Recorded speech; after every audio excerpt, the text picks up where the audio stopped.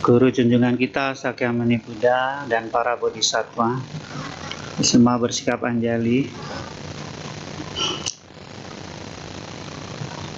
Namo Sang Hyang Adi Buddhaya, Namo Tassa Bhagavato Arahato Sama Sambuddhassa, Namo Sabbe Bodhisattvaya Mahasattvaya, Tutite Mapa Majaya, Dhamma Sucaritang Cari, Dhamma Cari Sukang Seti, Asmiloke Paramahica.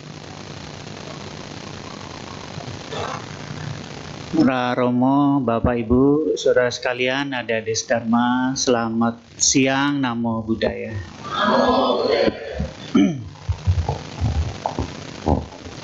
Ya, terima kasih atas waktu dan kesempatannya untuk saya bisa ada di sini untuk sharing Dhamma. Di kesempatan ini sesuai yang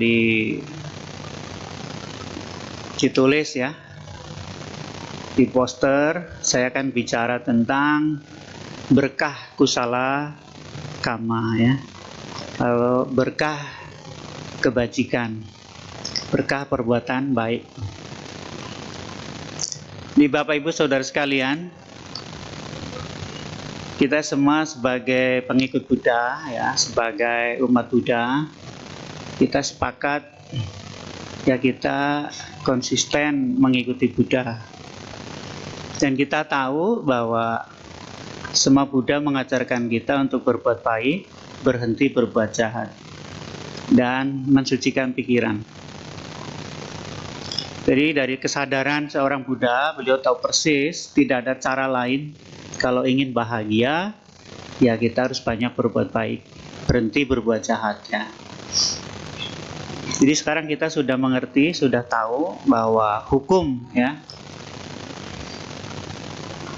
supaya kita bahagia ya caranya harus banyak berbuat baik. Dan berbuat baik ini menjadi penting karena memang ya kita semua tahu ya, hanya dengan kebajikan Anda akan bisa merubah nasib, kita bisa bertransformasi. Jadi kita semua punya tanggung jawab yang sama ya, untuk menjadi pengikut Buddha itu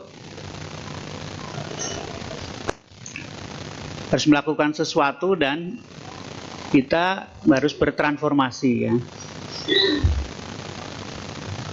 Jadi yang membedakan kita umat Buddha dengan umat lain adalah ada satu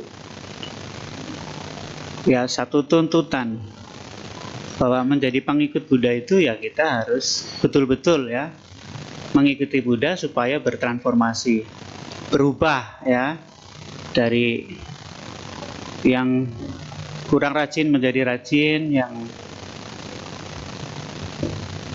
yang sedikit kikir jadi berubah murah hati dan sebagainya.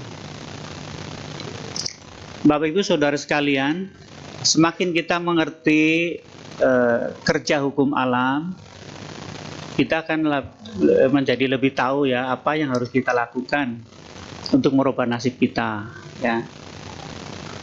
Nah, oleh karena itu ya, Sang Buddha dengan penuh kebijaksanaan agar setiap orang, setiap umat bisa mengukur kapasitasnya, kemampuannya, termasuk motivasinya, supaya bisa melakukan kebajikan ya yang tepat, yang sesuai dengan kapasitasnya, sesuai dengan cita-citanya juga. Tidak semua orang bercita-cita ingin ke nirwana ya, walaupun Buddha ya, terang-terangan bahwa mengajarkan Dhamma itu untuk membantu orang merealisasi nirwana. Itu cita-cita tertinggi. Tapi ternyata tidak semua orang punya cita-cita ke nirwana. Tidak semua orang ingin jadi biku. Nah, pada satu kesempatan ketika Buddha ketemu Anathapindika, ya, itu Anathapindika terang-terangan ya, terang-terangan jujur di hadapan Buddha. Beliau menyampaikan bahwa beliau belum pengen jadi biku, tidak seperti upasaka-upasaka yang lain, tidak seperti pangeran-pangeran yang lain ya. Beliau masih ingin menikmati kebahagiaan dunia, masih ingin jadi orang kaya, ingin jadi orang sukses, masih ingin kumpul sama keluarga, ingin dihormati, dan sebagainya. Apakah salah ya? Ya, tentu tidak salah.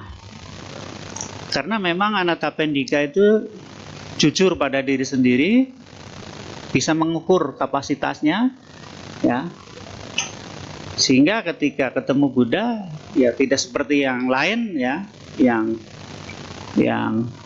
memutuskan menjadi biku, meninggalkan duniawi, tapi Anathapindika tidak seperti itu.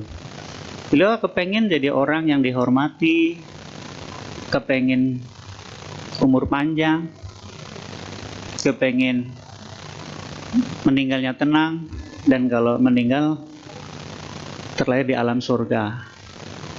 Ini cita-cita Anathapindika. Bapak Ibu Saudara sekalian, Anathapindika menurut saya adalah role model ya, contoh dari umat Buddha ya, yang harusnya bisa jadi contoh bagi upasaka-upasika ya.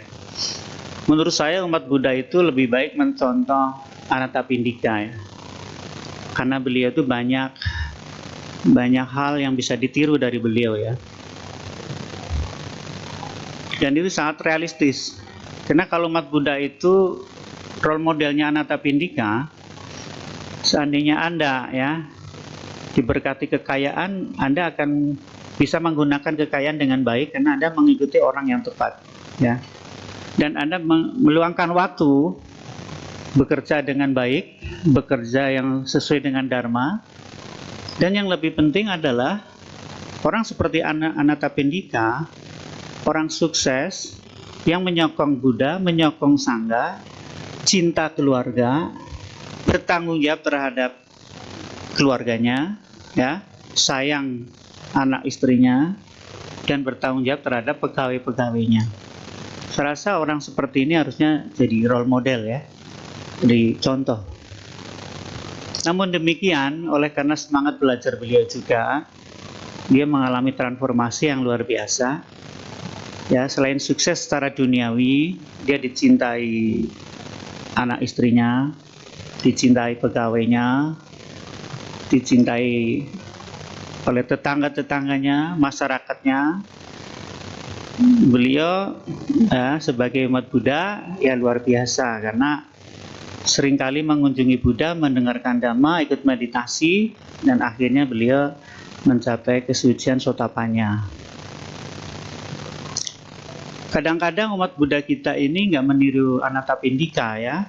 Role modelnya seringkali biku-biku suci. Jadi kadang-kadang suka keliru. Anda yang masih butuh penampilan bagus, karena itu mendukung karir Anda, pergaulan Anda. Tapi kadang-kadang karena yang ditiru adalah biku-biku yang dituntut hidup sederhana, yang nggak perlu pakai pakaian mewah, yang kadang mungkin mandi sehari sekali, ya. Kadang-kadang umat itu yang ditiru biku-bikunya, sehingga hari-hari sebagai umat tapi kehidupannya kayak biku. Jadi tidak menarik. Makanya sering ada kasus ya suami istri jadi kurang harmonis. Kenapa? Kalau Anda yang harusnya bertanggung jawab penuh terhadap keluarga, menjaga penampilan, bekerja keras, menyayangi istri dan sebagainya, tapi gayanya kayak biku gitu, makanya kurang pas ya. Jarang mandi mungkin, jarang makan ya, dan lain-lain ya. Banyak hal-hal yang kurang sesuai ya. Jadi menurut saya umat Buddha itu sebaiknya niru Anathapindika. Karena Anathapindika ini ya, beliau adalah contoh orang sukses. Keluarganya sukses karena anak-anaknya juga jadi orang suci, istrinya juga jadi orang suci, kemudian dia bisa ngurus keluarga dengan baik, tetap hidup di dalam damai dan sebagainya. Jadi kebajikan-kebajikan yang dilakukan Anatapindika ini, ya, yang membuat beliau tuh bahagia jadi berumah tangga, bahagia jadi pengikut Buddha. Dan yang luar biasa ya, beliau bisa mencapai sotapanya yang memungkinkan beliau tidak akan jatuh di alam rendah, ya, seperti itu. Jadi Bapak Ibu Saudara sekalian, setiap orang harus punya role model, harus punya seseorang yang jadi inspirasi, ya. Nah, inspirasi dari orang-orang baik itu yang akan membantu saudara jadi mencintai kebajikan. Karena ada hasil, ada sesuatu yang nyata yang bisa Anda tiru gitu. Ya. Bapak Ibu Saudara sekalian, banyak orang yang hidup di dunia ini yang diberkati kekayaan, diberkati usia panjang, diberkati kekuasaan, kerukunan, ya. Itu mereka semua juga datang mendapatkan itu semua karena melakukan sesuatu. Ada sebab, ya, ada sebab yang buat mereka diberkati seperti itu. Itu juga yang dialami oleh Anatapindika, ya. Anatapindika diberkati umur panjang, kehormatan, kemana-mana beliau dihormati, sehat, ya, meninggal dengan damai, dan setelah meninggal terlahir di alam surga, surga Tusita. Dan yang luar biasa dari Anatapindika, beliau tidak pernah meremehkan kebajikan sekecil apapun. Kadang kita karena kurang yakin, sering menganggap kebajikan yang kecil itu seperti tidak ada manfaatnya. Kita menganggap remeh gitu. Tapi Anatapindika tidak seperti itu. Maka kayak beliau itu sering membantu orang miskin, menolong orang miskin, walaupun kecil beliau sering lakukan. Tapi kepedulian beliau kepada orang-orang miskin itulah yang membuat masyarakat mencintai beliau, menghormati beliau. Dan akhirnya beliau mendapat predikat Anatapindika, akhirnya penyantun orang miskin. Kita semua tahu beliau nama sebelumnya adalah Sudatta, ya. Tapi karena peduli dengan orang-orang miskin, ya, sehingga beliau dikasih gelar, kasih nama Anatapindika, ya, orang yang peduli dengan orang miskin, penyantun orang miskin. Jadi hal yang penting harus kita ketahui adalah kita boleh berpikir, kita tidak boleh menganggap remeh kebajikan sekecil apapun, ya, karena itu yang akan membentuk kebiasaan. Jadi kalau kita sudah terbiasa berbuat baik dari yang kecil, nanti kepada kebajikan-kebajikan yang besar pun kita bisa. Ya, ini penting sekali.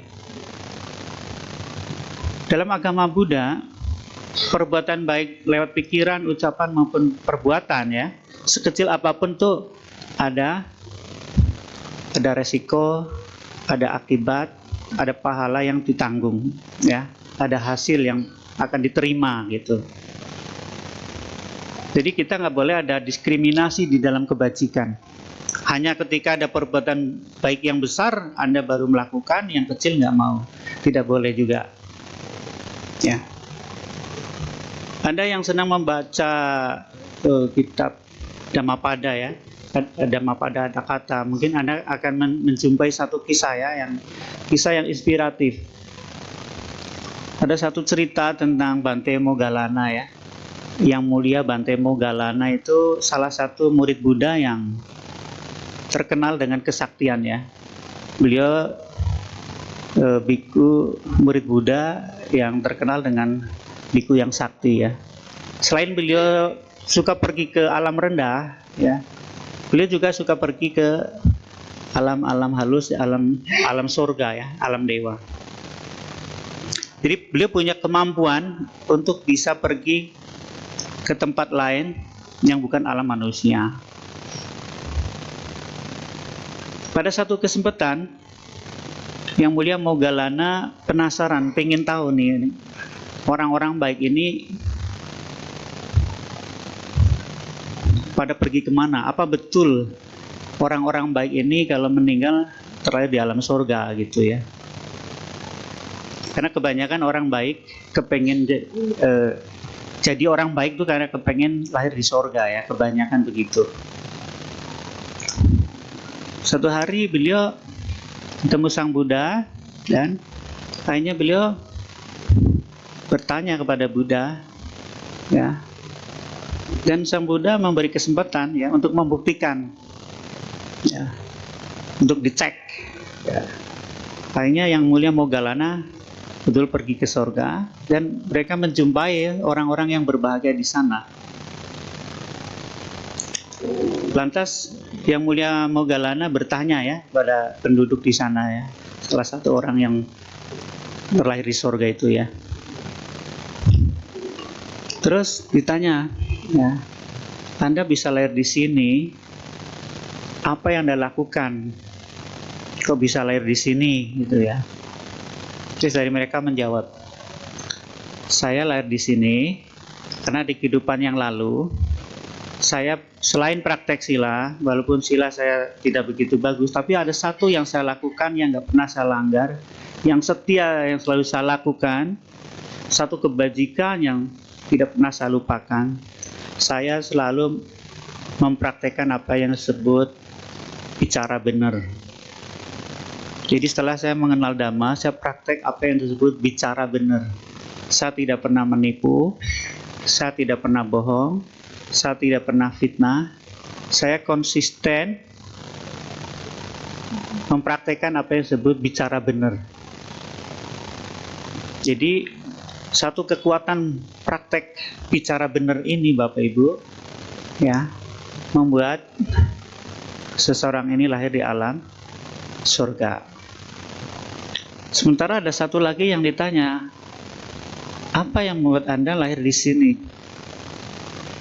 Ya, ternyata prakteknya beda. Tapi dia praktek kebajikan juga. Dia bukan praktek bicara benar, tapi praktek satu yang disebut praktek kesabaran. Jadi selama hidup dia mempraktekkan satu yang tidak pernah dia lupakan, nggak pernah terlewatkan.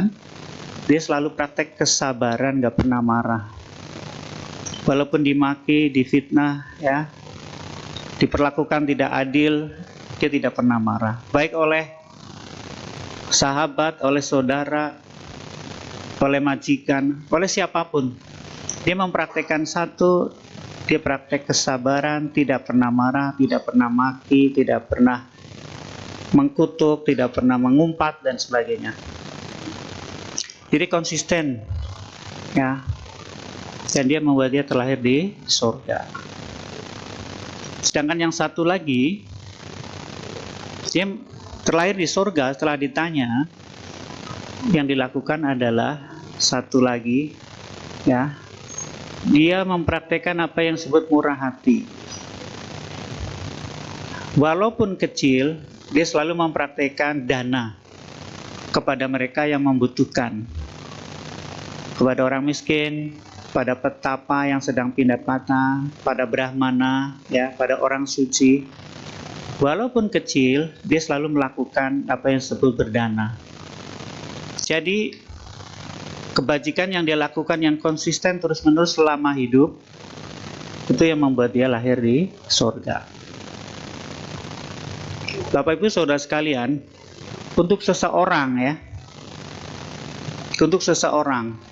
yang tidak punya cita-cita terlalu tinggi, mencapai surga adalah satu berkah yang luar biasa.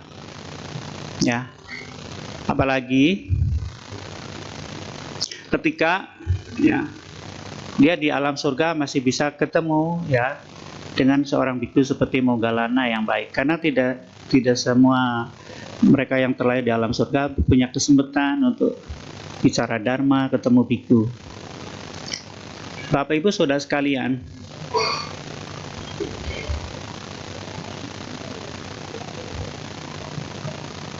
seringkali kita berpikir surga itu harus dicapai dengan kesempurnaan.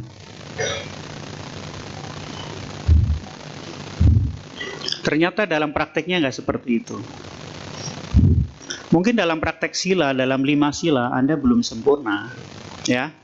Tapi kalau Anda melakukan kebajikan yang luar biasa, ya, itu akan mendorong Anda bisa terlahir di tempat-tempat yang baik. Beda surga, ya, beda bentuk kebajikan yang dilakukan.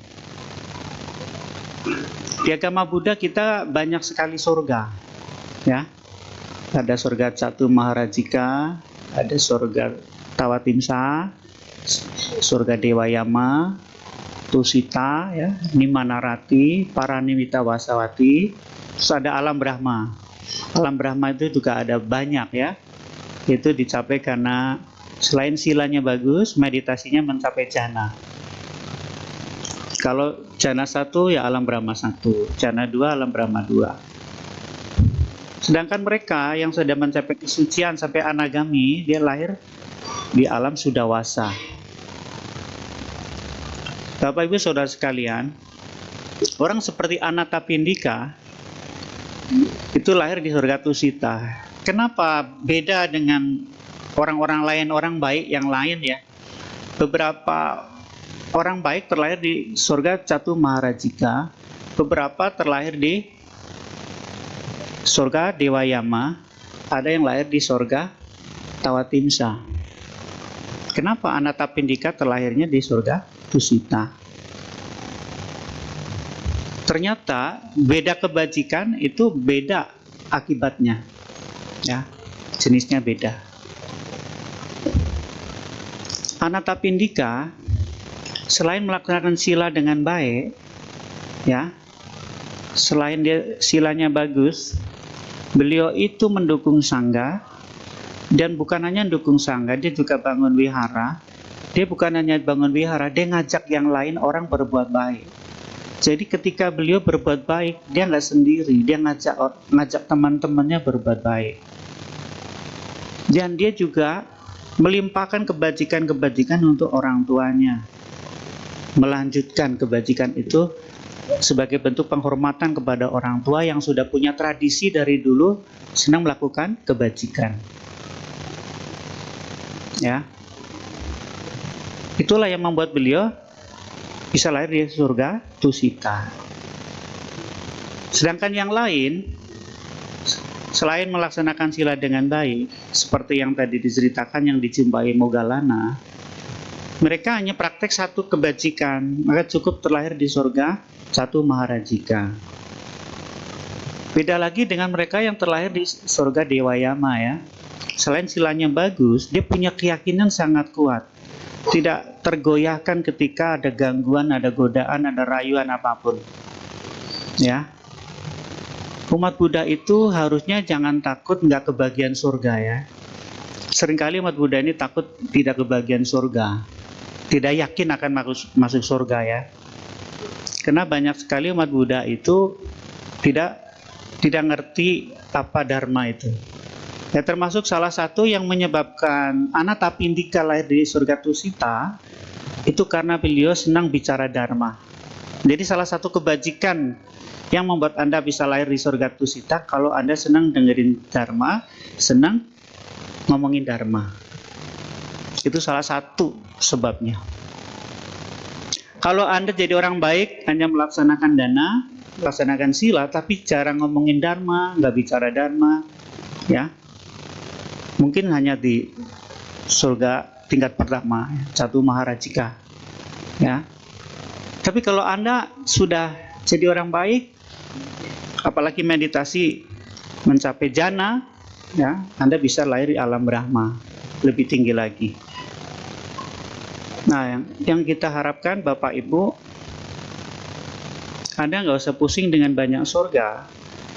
Yang penting kalau Anda yakin bahwa perbuatan baik tidak ada yang percuma, dan Anda melakukan dengan penuh keyakinan dan konsisten, dan Anda melakukan bukan dengan diri sendiri, Anda mengajak yang lain juga, maka yang Anda lakukan ini akan membawa pengaruh yang besar dalam perubahan nasib saudara.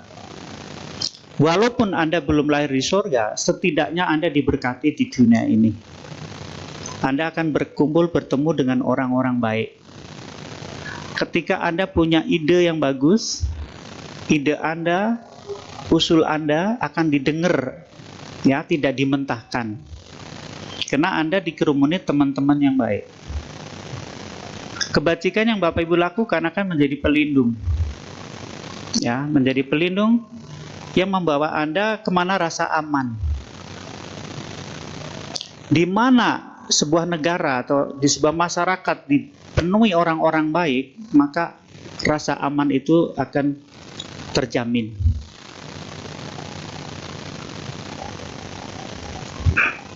Mungkin Bapak Ibu dari yang ada di sini, ada yang pernah ke Jepang ya, atau ada yang pernah ke Eropa.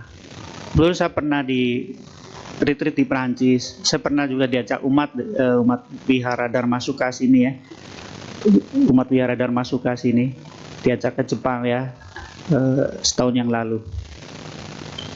Di Jepang, selain disiplin, tempatnya bersih. Saya pergi kemana-mana tuh, ke kampung-kampung di Jepang, bersih sekali. Sungainya, paritnya bersih, desanya bersih, semua bersih. Pergi kemana-mana rasanya aman. Kita kalau misalnya ketinggalan sesuatu di satu tempat, kita nggak khawatir akan hilang, balik lagi masih ketemu.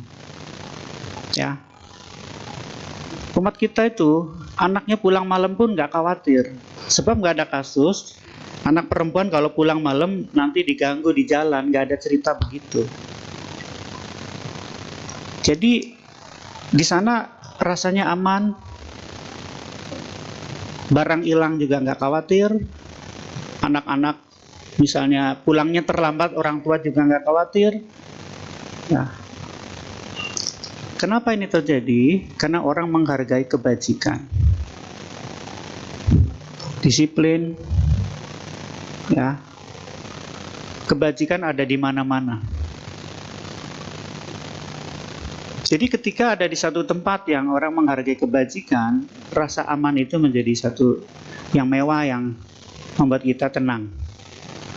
Nah, jadi Bapak Ibu Saudara sekalian, berkah dari kusala kamal, berkah kebajikan yang kita lakukan, walaupun kita belum menikmatinya di sorga, Anda menikmatinya di sini. Anda akan pergi diterima orang. Anda mungkin ada yang pernah pergi ke Butan ya. Saya pernah pergi ke Butan, diajak tahun 2018 kalau nggak salah, atau 2015, saya lupa. Sampai di sana ya seperti yang diceritakan orang, memang di sana orangnya bahagia ya. Saya di sana selain melihat jalan-jalan yang luas dan bersih, itu tour guide-nya luar biasa, sopan, bertanggung jawab, respect, yang membuat kita ini para turis itu betah. Dan yang luar biasa, ya, saya masih melihat pemandangan anak kecil, anak sekolah yang masih TK itu dengan gembira berangkat sekolah dan pulang sekolah, bahagia sekali walaupun jalan kaki. Kenapa? Masih dijemput, diantar orang tuanya. Tasnya nggak gede-gede, nggak ada yang pakai koper, ya. Jadi saya melihat anak ini bahagia sekali. Saya jarang melihat pemandangan seperti ini di Jakarta. Anak kecil mau sekolah, happy sekali, ditemani bapaknya, pulang dijemput bapaknya, happy. Dan mereka semua jalan kaki, gak ada yang khawatir. Jadi kebahagiaan itu, ya, ada di dalam perilaku sikap yang dibentuk bersama. Di sana ada ganja ya, ada daun ganja, banyak sekali. Tapi satu pun nggak ada yang petik.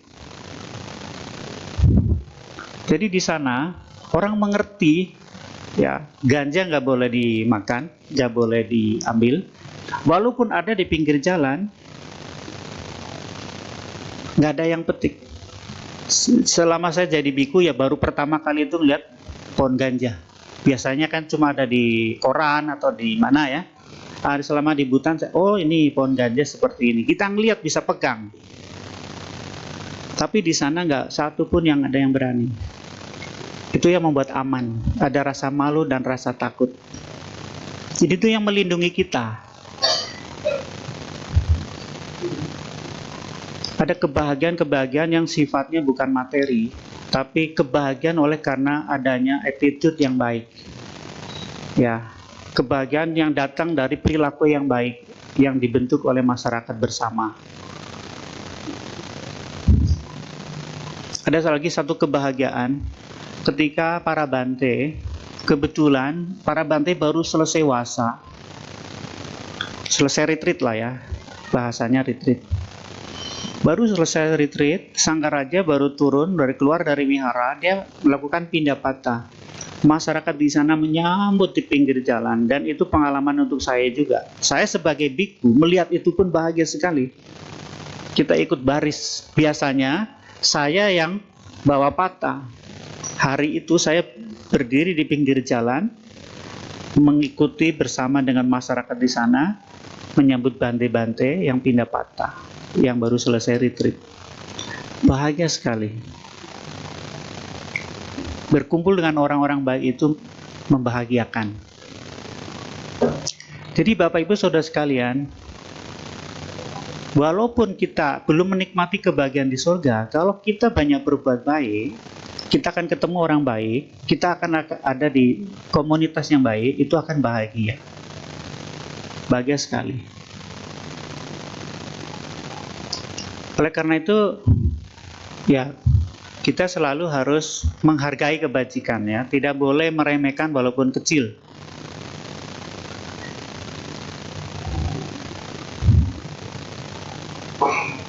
Bapak Ibu Saudara sekalian, belum lama ini saya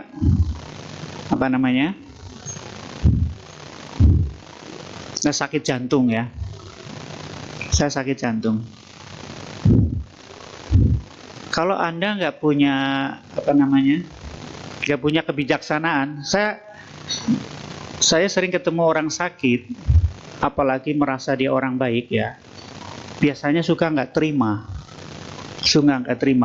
Katanya kalau orang baik dapat kebaikan, gitu ya. Kenapa sakit gitu? Nah, inilah perlunya mengerti Dharma, ya. Mengerti Dharma itu berkah.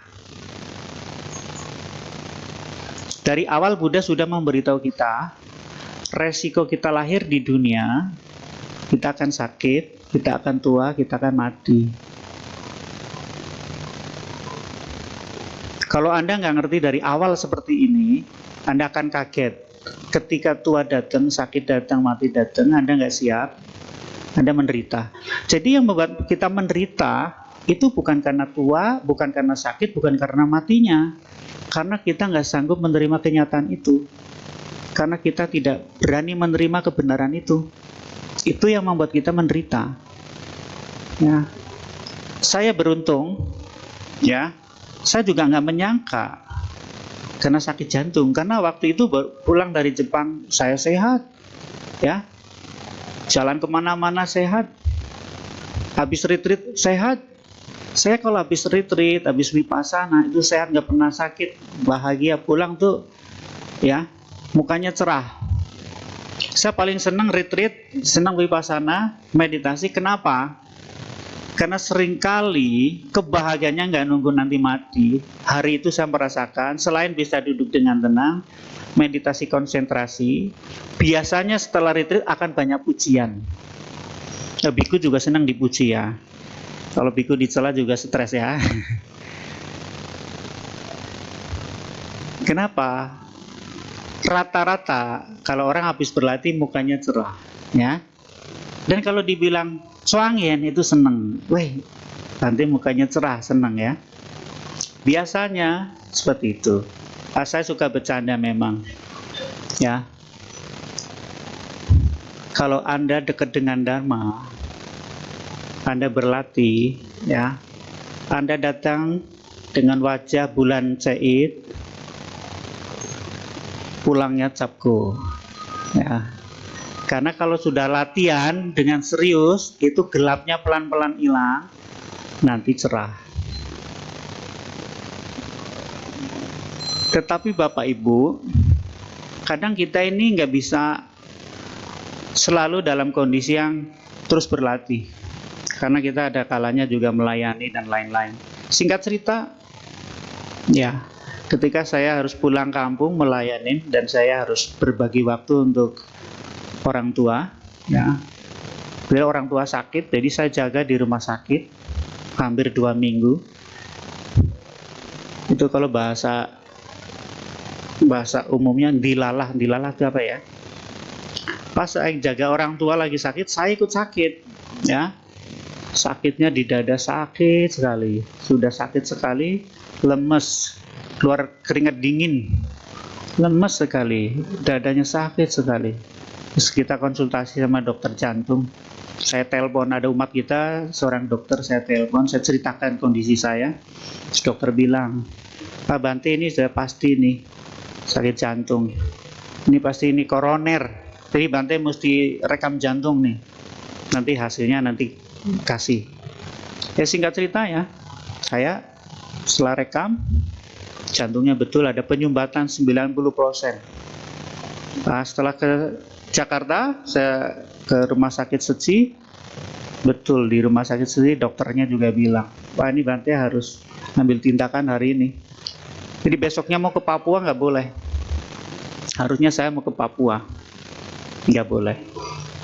Ya, nggak boleh. Sebetulnya, saya jujur waktu itu, seandainya nggak selamat, saya udah ikhlas. Umur saya udah 55, mau apa lagi? Saya sudah ikhlas. Karena dokternya bilang, kalau di kateter ternyata nggak bisa pasang ring, resikonya bypass, ya harus dibelah. Dan dokter nggak bisa jamin. Ya, saya mah ikhlas saja. Tapi umatnya nggak ikhlas. Bante mesti sehat. Bante masih diperlukan gitu ya. Ini yang namanya karma baik. Jadi ketika umatnya bilang Bante mesti sembuh, Bante mesti sehat, jangan sekarang. Itu adalah semangat, ya. Jadi ketika ketemu orang baik itu berkah, ya. Jadi saya yang tadinya ikhlas, seandainya nggak bisa tertolong, ya, saya nggak pernah nyesel berbuat baik, karena berbuat baik pasti ada berkahnya. Dan kalau sakit ya resiko jadi orang hidup, gitu ya, lahir di dunia begitu.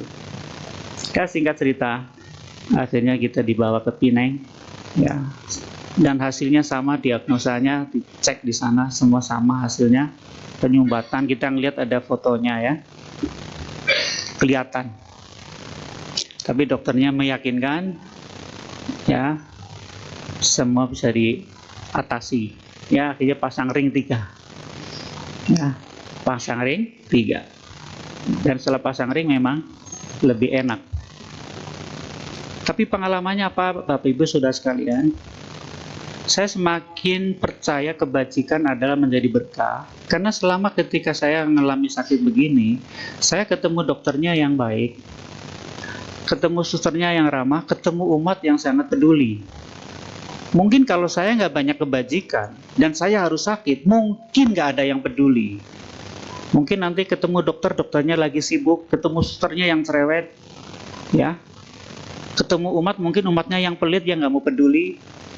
Tapi ketika kita banyak kebajikan, Bapak Ibu, di dalam kesulitan, di dalam ada masalah, ada berkah yang lain. Jadi kita berpikirnya yang positif. Ini yang membuat kita menjadi diberkati. Dan itu membuat kita menjalani jadi ringan. Ya, menjalannya jadi ringan. Dan ternyata memang betul Bapak Ibu ya. Itu dokternya sendiri waktu nanganin saya, awal-awalnya dia nggak yakin bisa langsung pasang 3 ya. Tapi begitu dia waktu pasang ring pertama, saya tenang. Walaupun sakit saya, nah ini manfaat vipassana yang saya praktekkan. Karena kita udah biasa mengamati perasaan ya. Jadi waktu pasang ring itu sakit sekali Ibu ya. Ini untuk gambaran aja, sakit sekali itu. Tapi saya gunakan untuk meditasi ya, amati dia punya perasaan sakitnya itu ya. Nggak lama ya, nggak sampai 15 menit, nggak nyampe 5 menit aja. Sukses pertama, pasang ring kedua, sakit juga. Tapi dokter kaget karena dia berpikir nih Bante pasti nggak kuat ini.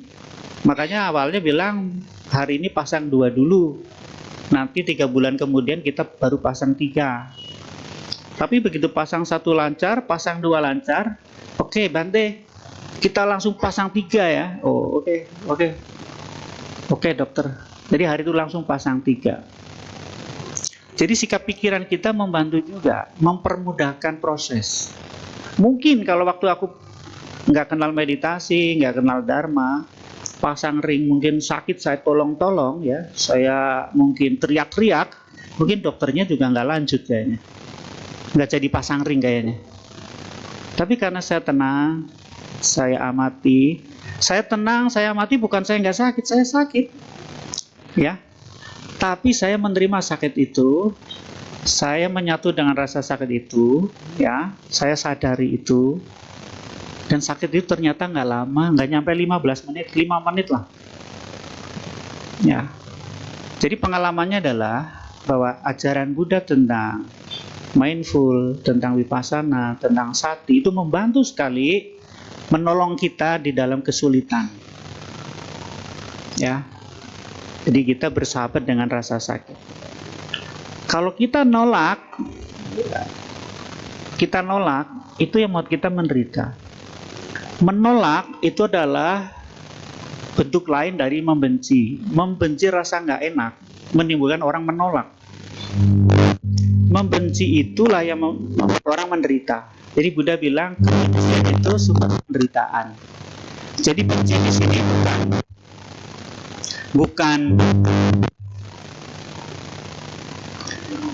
bukan benci kepada orang ya, tapi benci kepada apa saja yang menurut Anda nggak setuju, Anda nggak cocok.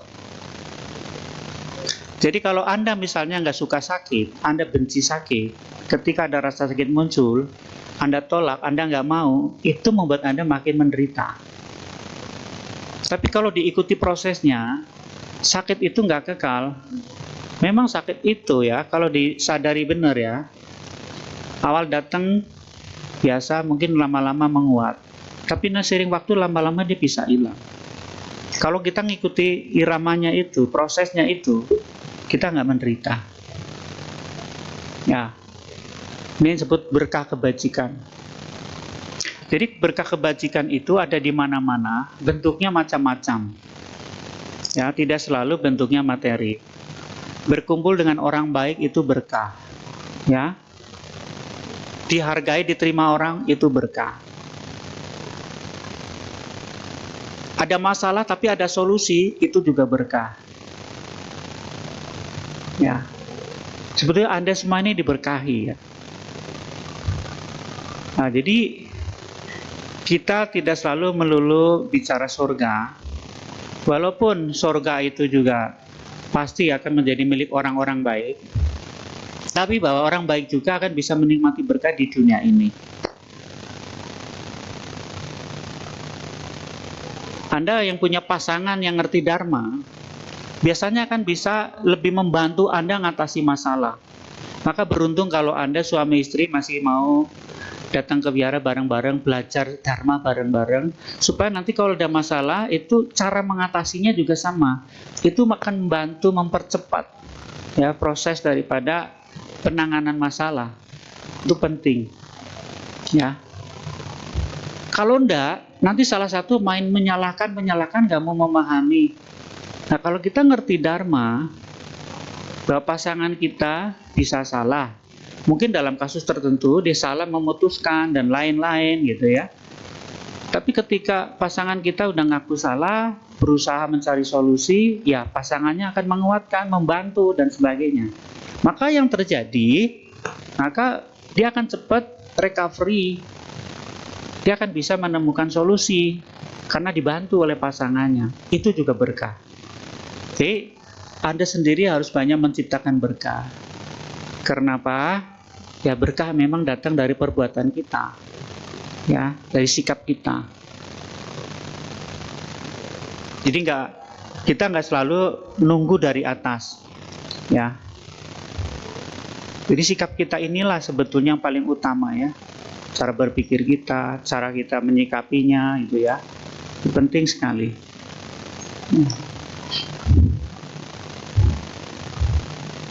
Bapak Ibu Saudara sekalian,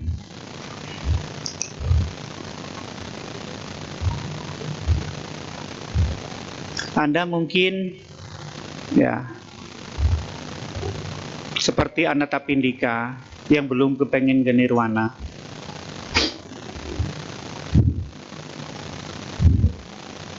Dan itu tidak salah. Ya, itu tidak salah.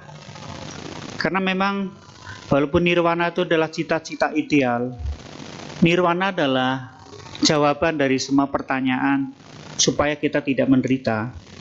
Tapi kita diajari juga untuk realistis. Nirwana itu bukan sesuatu yang mudah.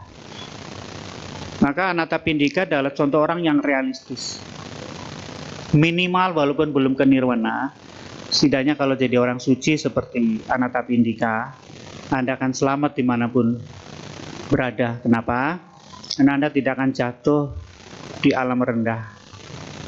Jadi Anda harus yakin umat Buddha, ya, umat Buddha harus punya keyakinan yang kuat, ya, bahwa Anda tidak akan masuk ke alam-alam rendah kalau mengikuti Buddha dengan benar. Jadi Anda jangan takut, jangan khawatir disumpahin, ya. Kalau Anda nggak melakukan sesuatu yang membuat Anda terakhir di alam neraka, walaupun disumpahin Anda nggak akan bakal ke sana. Tidak mungkin, ya, tidak mungkin. Kalau Anda orang baik, silanya bagus, suka nolong, santun, dan lain-lain, banyak kebajikan yang Anda lakukan, ya. Tidak mungkin gitu Anda akan lahir di alam-alam yang rendah, tidak mungkin. Karena alam rendah itu ya terlahir dari perbuatan rendah. Kalau perbuatan Anda mulia, ya nggak mungkin. Logikanya begitu. Ya sama kita di dalam sebuah komunitas, ya. Sesuatu disebut komunitas orang baik, ya kumpulannya orang baik. Ya komunitas-komunitas itu kan ada mereknya, ya. Misalnya ada istilah sosialita misalnya, ya. Sosialita itu kan kumpulannya orang-orang banyak duit, ya. Atau dipaksa harus seperti banyak duit gitu, ya. Tapi intinya itu adalah kumpulan orang yang bajunya bagus, ya, entar duitnya dari mana nggak tahu, ya pasti waktu kumpul banyak duit gitu, ya. Beda lagi sama kalau misalnya kumpulannya orang senam, pasti di sana itu yang dibicarakan tentang senam, ya. Ada umat kita itu punya komunitas senam AW, ya. Jadi di statusnya isinya senam terus, ya. Yang dipromosin baju senam, jadwal-jadwal senam, ya, dan lain-lain. Kenapa? Ya seperti itulah komunitas. Ya, judul itu mencerminkan, ya, apa isinya gitu. Sama juga kalau Anda banyak perbuatan baik, nggak usah khawatir. Nggak usah khawatir akan pergi ke tempat yang menderita, pasti akan pergi ke tempat yang baik. Gitu. Nah, itu sudah dibuktikan oleh murid-murid Buddha. Kalau zaman dulu memang, ya, zaman dulu memang murid-murid Buddha diberkati kesaktian kayak Moggallana, ya. Itu bisa melihat. Tapi sebetulnya di zaman sekarang juga sebenarnya biku-biku banyak yang bisa, ya. Kalau saya dulu ke Myanmar, ya, waktu Vipassana di sana, itu cerita tentang biku yang sudah mencapai sotapanya di sana itu udah bukan sesuatu yang apa, ya, bukan sesuatu yang langka, ya, maksudnya bukan sesuatu yang asing. Tapi kalau saya di Jakarta, di Indonesia, ya, di Jakarta, ya, itu sering banget ada pertanyaan begini, mana mungkin zaman sekarang ada orang suci, itu sering banget begitu. Mana mungkin zaman sekarang ada orang suci, makin tahun debu kekotoran batin manusia itu makin banyak, mana mungkin gitu, mana mungkin ada sotapanya, mana mungkin ada orang suci.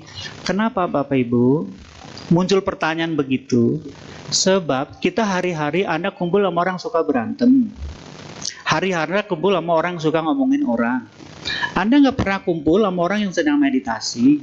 Anda nggak pernah kumpul sama orang yang bicara dharma. Anda nggak kumpul sama orang bijaksana yang tenang. Anda hari-hari nggak bicara sama orang-orang yang punya kualitas yang baik. Maka Anda menyimpulkan, mana mungkin ada orang suci, sebab di sekeliling Anda, di kantor, di rumah, di tetangga, di pos, di bus, isinya orang-orang yang cemas.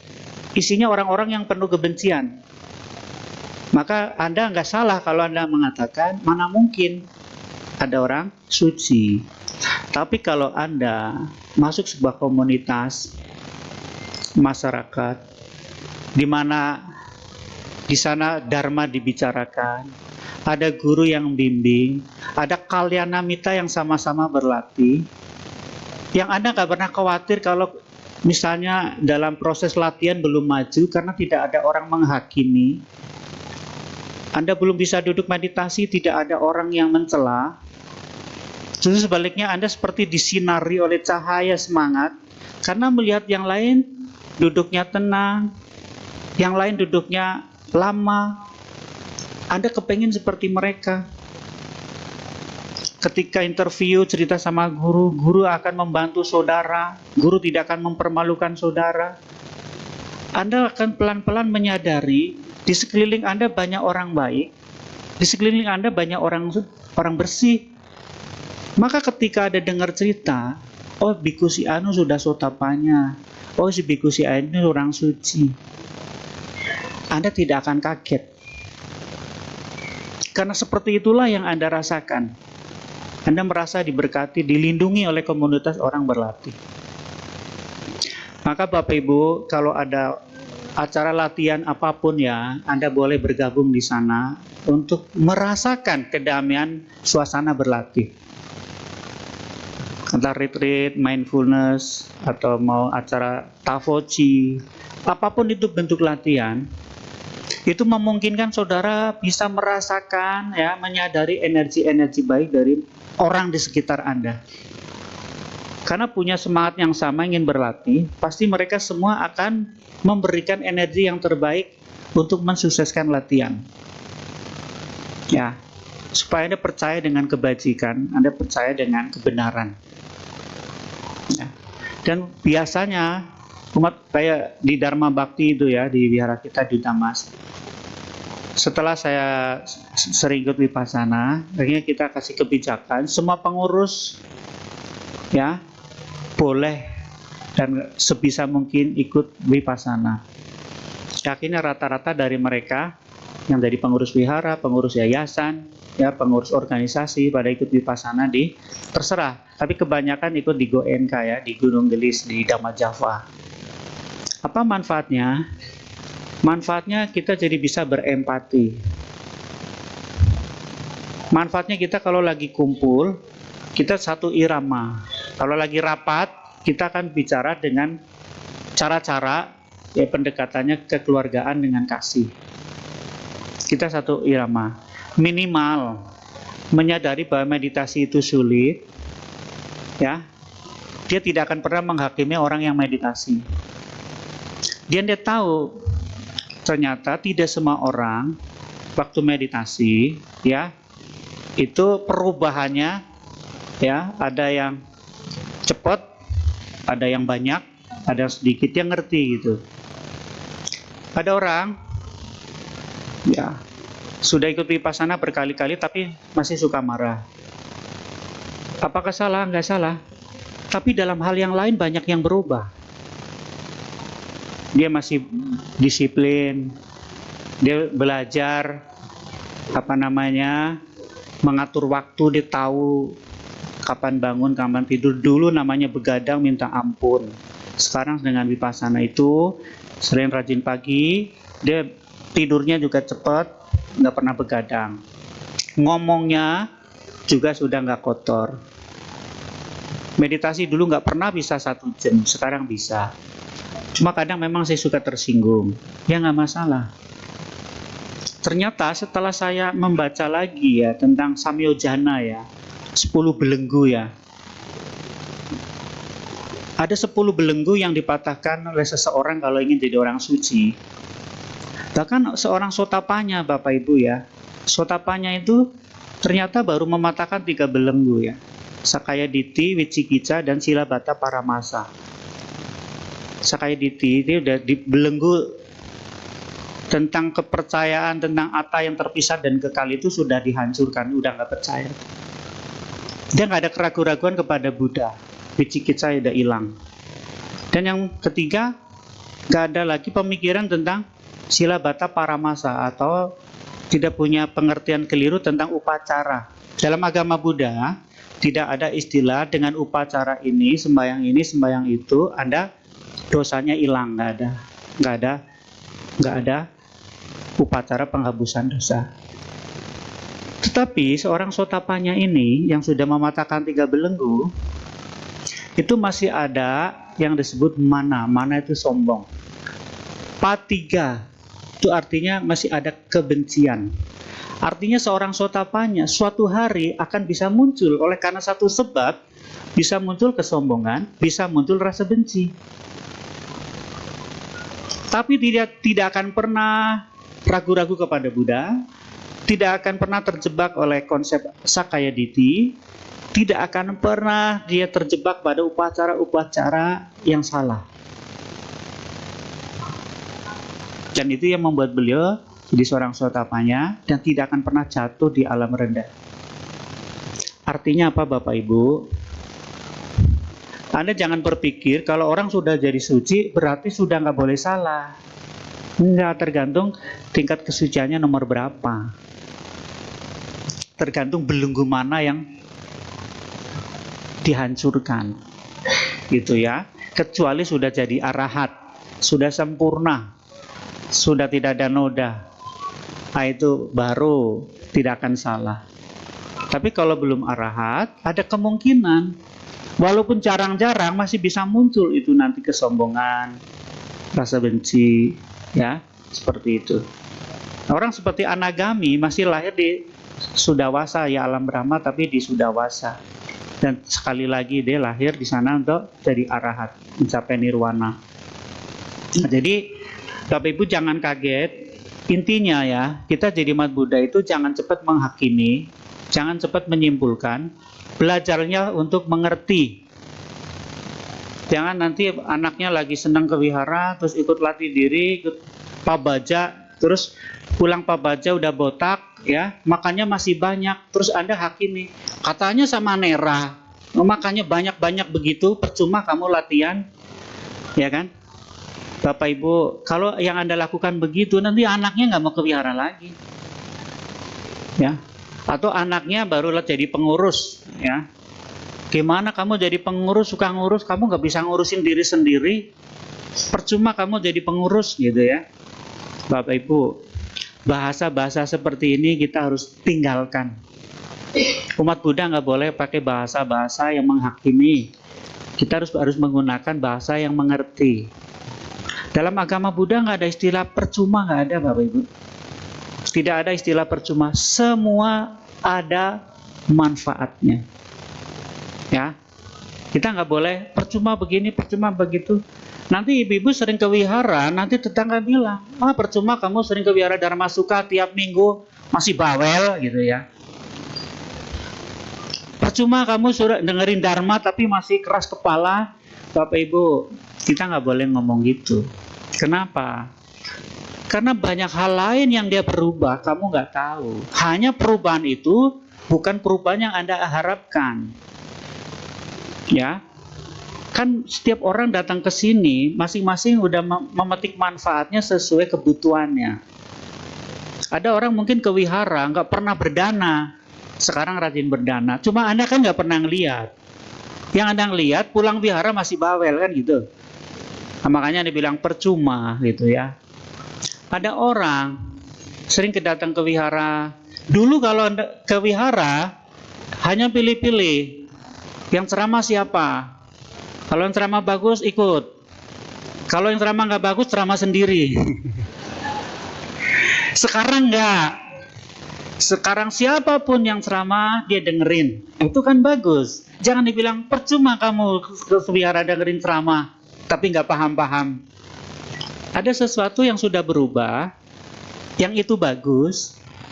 Cuman itu belum bukan sesuatu yang Anda mau gitu ya. Kan nggak harus begitu. Jadi nggak ada yang percuma. Nah, ini yang harus Anda kenali sebagai berkah, berkah kebajikan. Jadi tumbuh kebijaksanaan.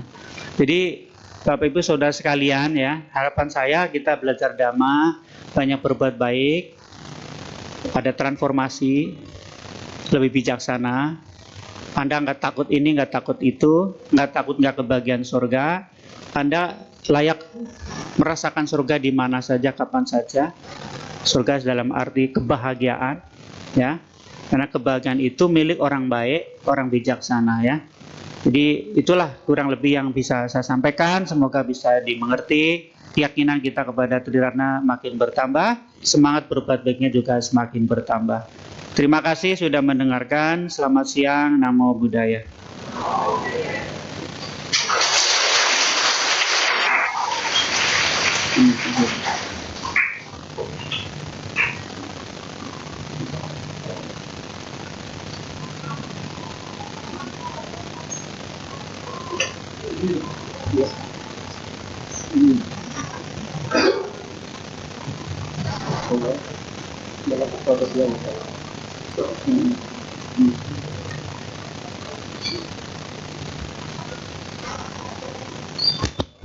Baiklah, karena sudah mau jam 11, Bante mau makan siang ya.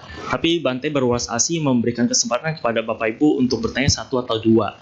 Jadi kita langsung saja masuk sesi tanya jawab untuk secara langsung. Apakah ada Bapak Ibu yang ingin bertanya langsung kepada Bante, satu atau dua orang? Angkat tangan saja.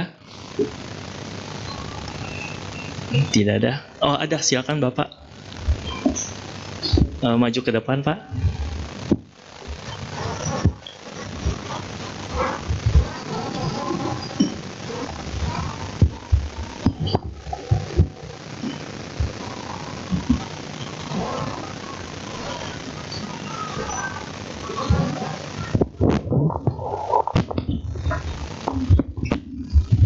Namaste Bante.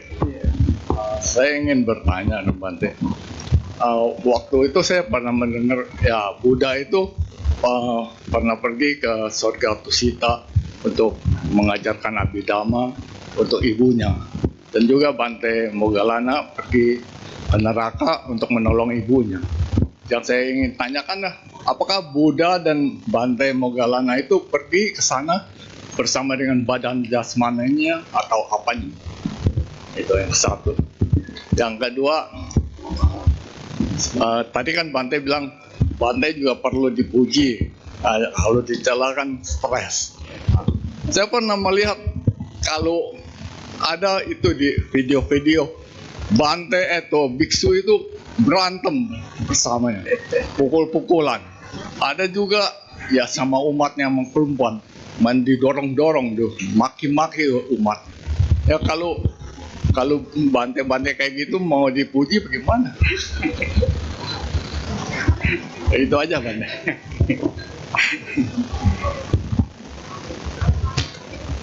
Oke. Sudah Pak ya? Oke, terima kasih. Namanya siapa kok? Saya Indra. Iya kok Indra. Mungkin pertanyaan yang kedua ya. Ya, terima kasih pertanyaannya, bagus sekali. Jadi ini memang sekarang kan era apa ya bahasanya ya, modern ya, medsos segala macam, apapun bisa muncul di HP kita ya. Memang kasus kayak tadi ada biku berantem bisa nongol ya di videoin. Tapi kita nggak tahu ya itu biku bener apa enggak ya. Sekalinya itu biku bener ya itu dia bikunya bener tapi perbuatannya kan bukan biku ya. Jadi bukan, kalau ada biku yang berantem begitu ya nggak perlu dipuji ya. Ya saya rasa kalau ada yang nggak cocok, istilahnya celah biku seperti itu ya, menurut saya nggak salah ya. Karena apa ya? Memang biku kan nggak boleh berantem seperti itu. Tapi menurut saya sekarang ini kita sendiri yang harus selektif ya, menerima informasi bener ndak gitu ya. Kadang kita suka lihat bajunya kayak biku, tapi kalau kita biku beneran ya, itu kita kadang suka tahu ini bukan biku beneran deh. Ada orang bikin drama-dramaan gitu ya. Untungnya di Buddhis kita ini nggak seperti agama lain yang bisa apa sih? Di Buddhis kita tuh kayak lebih cuek ya.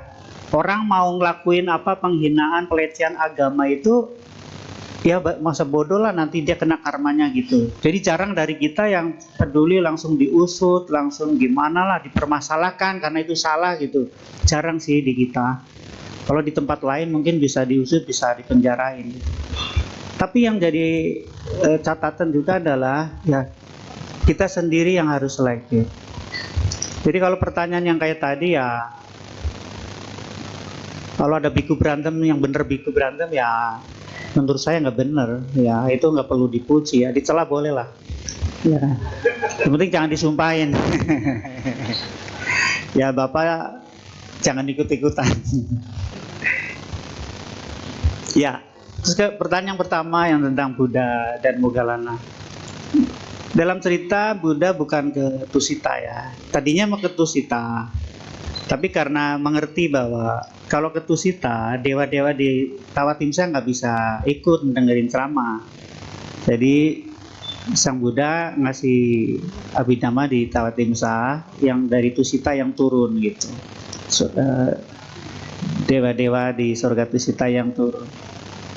Ya kalau menurut komentar ya di Abhidhamma sendiri, ya secara fisik Sang Buddha hadir di sana. Walaupun ya diceritakan juga Sang Buddha kalau bahasa sekarang tuh kayak ada cloning ya.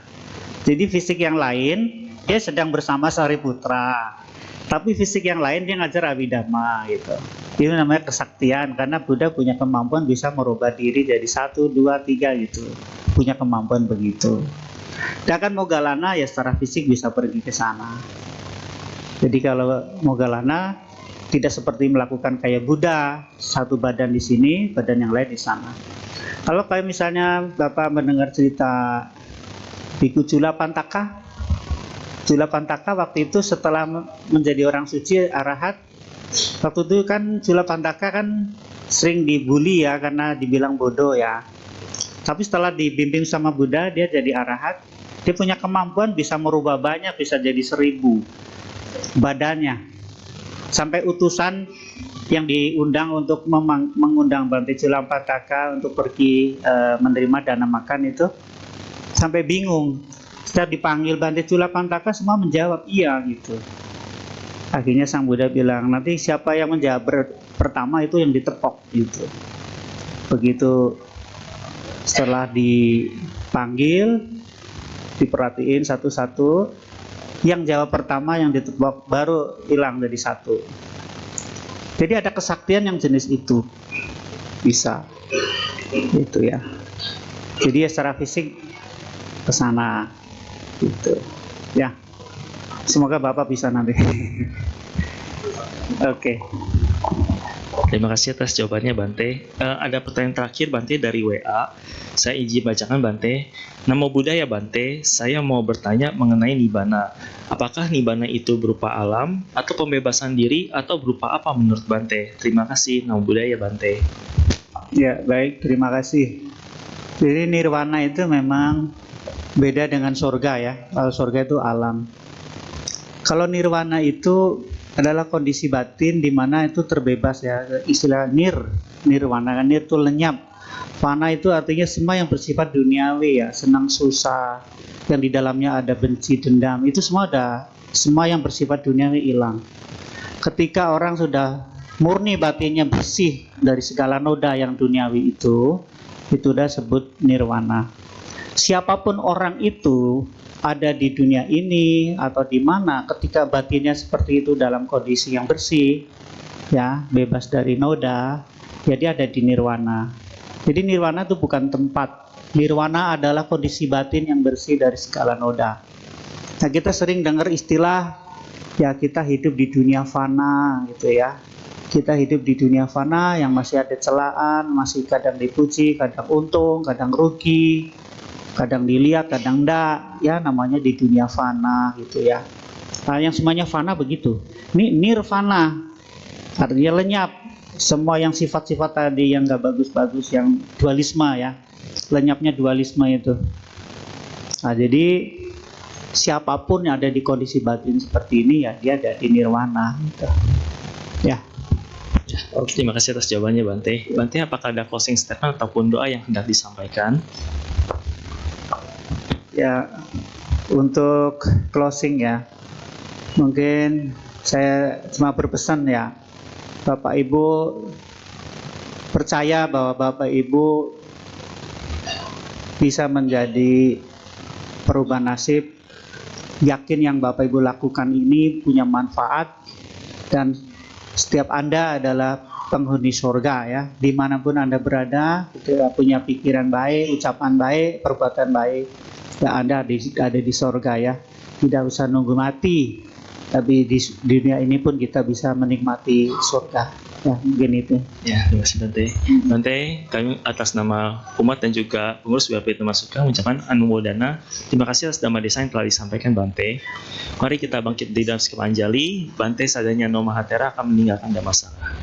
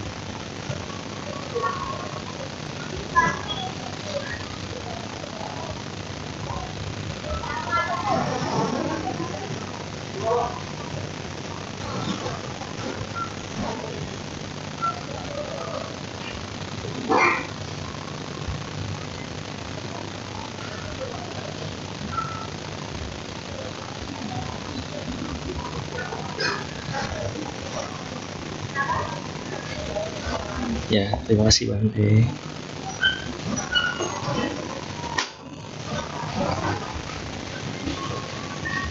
Umat dipersilakan untuk duduk kembali. Mari kita lengkapi kebajikan kita.